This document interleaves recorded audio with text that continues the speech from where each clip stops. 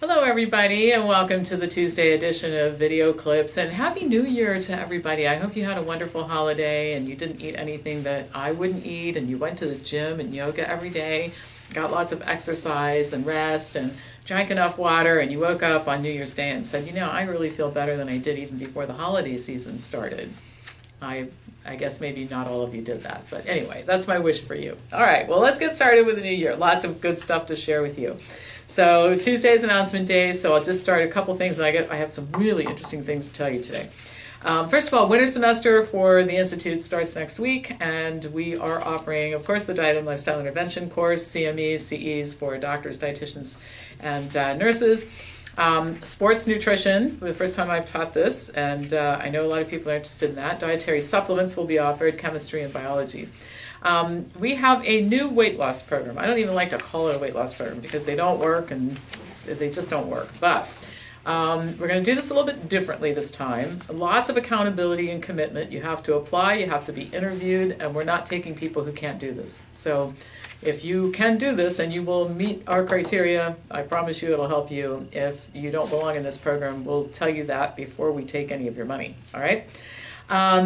The Cancer 101 certification course, Autism and Men's Health, by the time you're watching this, will be up and on the platform. So if you have taken those or signed up to take those classes, they are ready. Cancer is monstrous. I think there are like 12 lectures and 12 assignments. It's a pretty big course.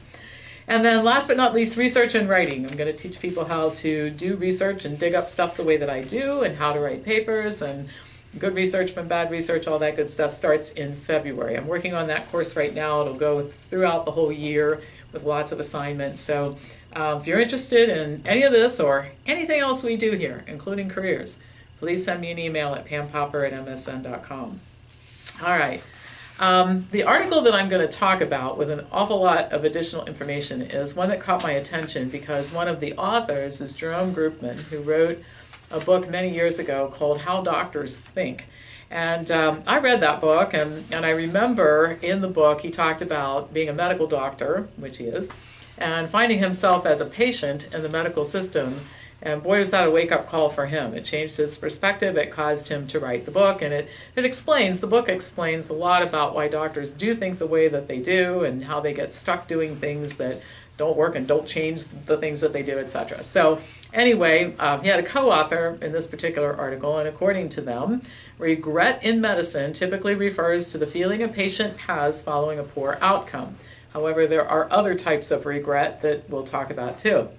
In these situations, patients think that the outcome would have been better if they had made a better choice. Now, how we see this here every day is when people come to our educational programs and then they say, or they watch video clips or read my newsletters, whatever, and they say, my gosh, if I had known then what I know now, I never would have, and then you can fill in the blank, whatever it was that they did that seemed like a good idea at the time because they were told to do it, but it didn't turn out to be such a good idea. The doctors rightly state that there's an element of uncertainty and risk of regret in choosing or declining any medical treatment. There are no risk-free options, and disappointment is often an unavoidable consequence of making a particularly difficult decision, and sometimes cancer, for example, cancer treatment can be one of the most difficult decisions people will ever make.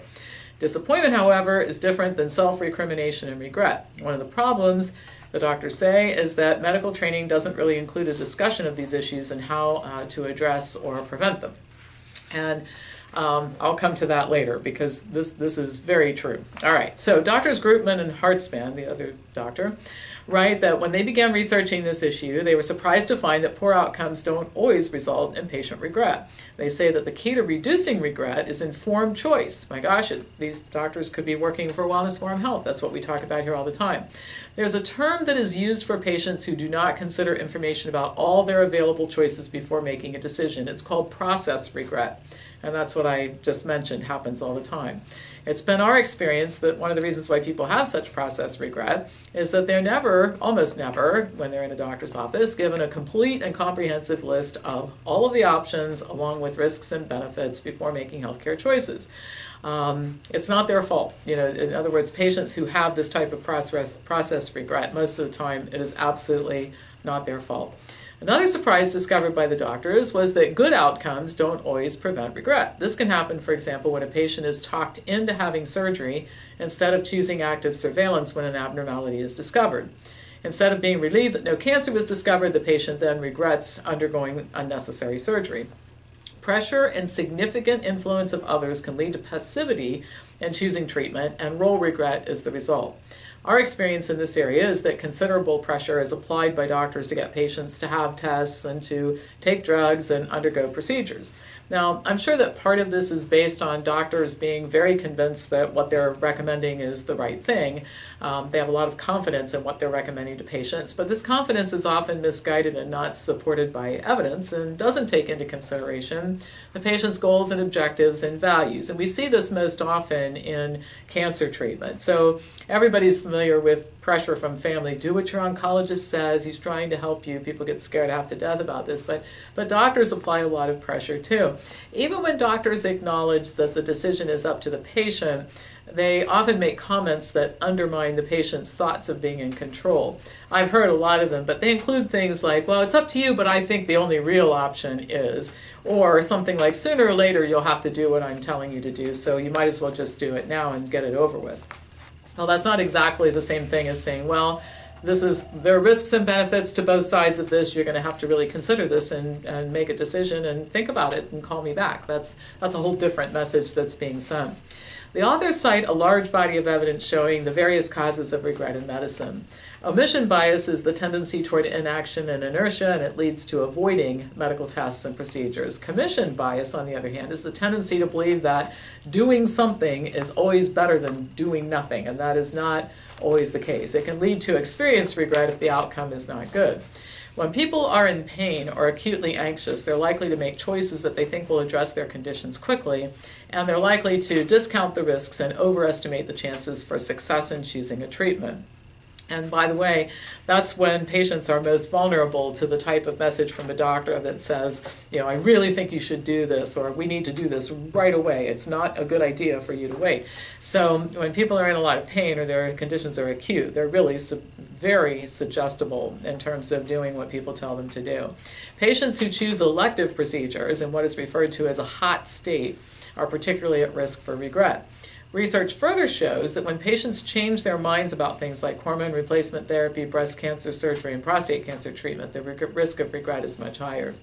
The authors advise, and this could have been written by our own marketing department here, the authors advise that the way to reduce the incidence of regret is for doctors to first, quote, reduce the emotional temperature, end of quote, and advise patients not to make decisions in a highly emotional state.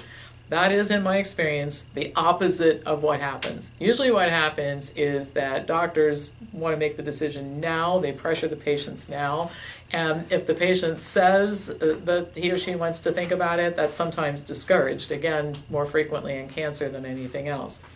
Doctors should also help patients to clearly understand the risks and benefits of their various options before moving forward. Physicians should also be alert to the potential for role regret when patients are unduly influenced by others. They state that there is usually no reason to rush decision-making, and a much more deliberate process is almost always better. Well, what Drs. Groopman and Hartzband are writing about is the importance of informed medical decision-making, what we do here. Now, I started looking into this informed decision-making a while ago, just to see if there were any laws on the books that mandated this or what the American Medical Association thought about it. And I was pretty shocked at what I found. So, first of all, the legal definition of informed consent is an individual's right to be informed of and consent to a procedure or treatment suggested by a physician or professional. And many states have laws mandating this, sometimes for specific things. I think it's 22 states that have laws mandating that women must be told by their surgical oncologist that breast amputation will not improve their survival. 22 states. Many states have laws that are a little bit less specific in terms of disease, but still talk about the importance of informed consent. Now, these laws say that prior to making a decision, quote, ethics dictate that the physician providing or performing the treatment and or procedure should discuss with the patient's diagnosis, the purpose of the treatment or procedure, the risks involved, alternative treatments, and the risks and benefits of refusing treatment. The patient can then make an informed decision to accept or refuse the treatment or procedure. In the event that the patient is incapacitated to the point of not being able to make an informed decision, a family member is authorized by law can replace the patient. Boy, that's pretty crystal clear. You're supposed to have a full disclosure of the risks and benefits and alternatives, including the alternative of doing nothing, which is a reasonable choice in many situations. So after that, I went to the American Medical Association's website, and they have published rules governing informed consent as well. The information posted on the organization's website, I'm going to read it to you here, and then they have this thing at the bottom saying you're not allowed to copy it or distribute it to anybody. Apparently this is a big secret with the AMA. They don't want the public to know. They didn't say anything about reading it into a camera, however, so I'm going to go ahead and read you what the AMA says about informed decision making. This is quote, right from the website. Informed consent to medical treatment is fundamental in both ethics and law. Patients have the right to receive information and ask questions about recommended treatments so that they can make well-considered decisions about care. Successful communication in the patient-physician relationship fosters trust and supports shared decision-making. And then it says very specifically, doctors are supposed to A, assess the patient's ability to understand relevant medical information and the implications of treatment alternatives and how to make an independent, voluntary decision.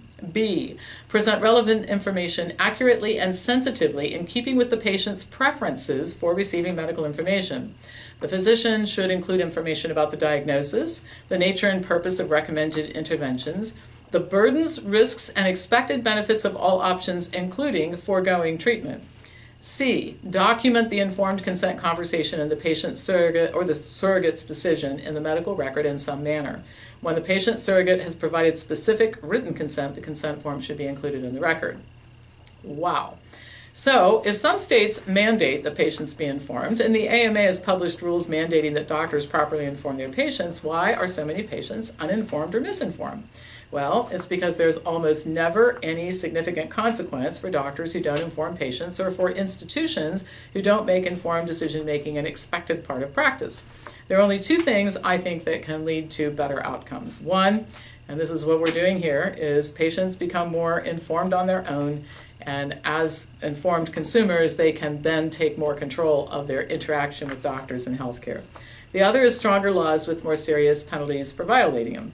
One of the ways in which some laws may get passed in this area is lawsuits that would, against doctors and institutions who withhold important information or mislead patients and resulting in poor outcomes. One of the reasons why we have laws on the books now that don't permit you to smoke in restaurants and on airplanes and all that sort of thing was lawsuits brought against tobacco companies proving that tobacco was indeed dangerous. So maybe we need more lawsuits, but in the meantime, we'll focus on educating patients, because one thing that this Groupman and his co-author make crystal clear is that even doctors are recognizing that informed decision-making isn't going on and that it's creating a major problem for patients. And they're talking about patients having regret. What we see here every day in our membership is patients who not only have regret, but they have been harmed, physically harmed, life-altering in some ways, can't recover from it harmed, because they had no idea what they were getting into when they started down the path of medical care. So, lots of food for thought here. As usual, pass this on to anybody who you think might enjoy watching it, and I'll be back to you on Thursday with more news.